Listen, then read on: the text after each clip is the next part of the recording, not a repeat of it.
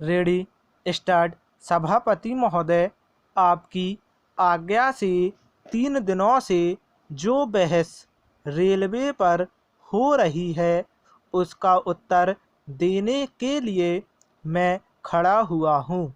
इसलिए समय आने पर आज उत्तर देने की आज्ञा आपने मुझे दी है। इस बार के बजट पर कुछ विशेष बातें देखने में आईं। एक बात तो यह देखने में आई कि इस बजट का उत्तर दूं तो क्या दूं। जो बहस हुई उसमें विरोधी दल ने कोई हिस्सा नहीं लिया। शायद उन्हें विरोध करने के लिए कुछ नहीं मिला या उसका मौका नहीं मिला। एक दूसरे ढंग से उन्होंने समर्थन प्रदान किया। अभी माननीय सदस्य महोदय ने जो अन्य कुछ बातें कहीं उनसे मैं सहमत हूँ। आपने भी बोला था, आपकी सुंदर वाणी सुनने का मुझे मौका नहीं मिला, लेकिन मुख्य रूप से जिस दिन बजट का विरोध करने के लिए विरोधी दल के नेता खड़े हुए तो पीछे से सारे उनके समर्थक चलते बने। अकेले वही खड़े रहे और बोले, आपको स्मरण होगा मैंने आपका ध्यान आकृष्ट किया। Paragraph change. जो बहस रेलवे बजट पर 3 दिन हुई, इधर के हमारे साथियों ने उस समय का सदुपयोग किया। एक सज्जन केवल विरोधी दल की ओर से कुछ विशेष रूप से बोले।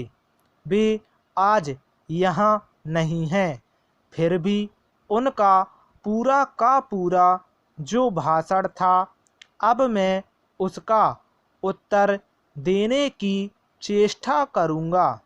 साथ ही इसके पहले मैं उन सब लोगों को धन्यवाद दूं जिन्होंने इस बजट के ऊपर अपने विचार रखे।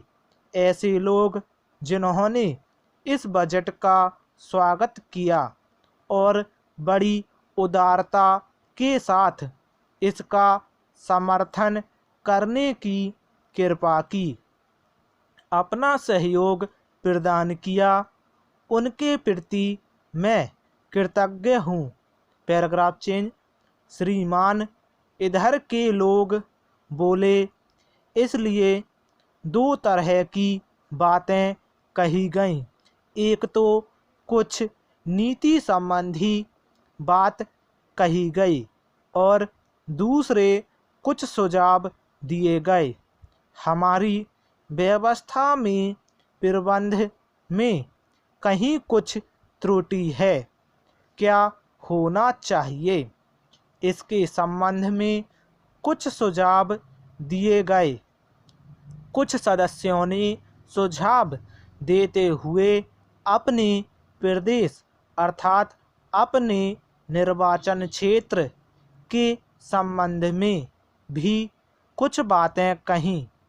मैंने देखा कि 2 तरह की बातें कही गईं। एक तो नीति संबंधी और दूसरी सुझाव संबंधी। सुझाव संबंधी जो बातें कही गईं उनका बहुत कुछ उत्तर हमारे साथी माननीय सदस्य ने दे दिया।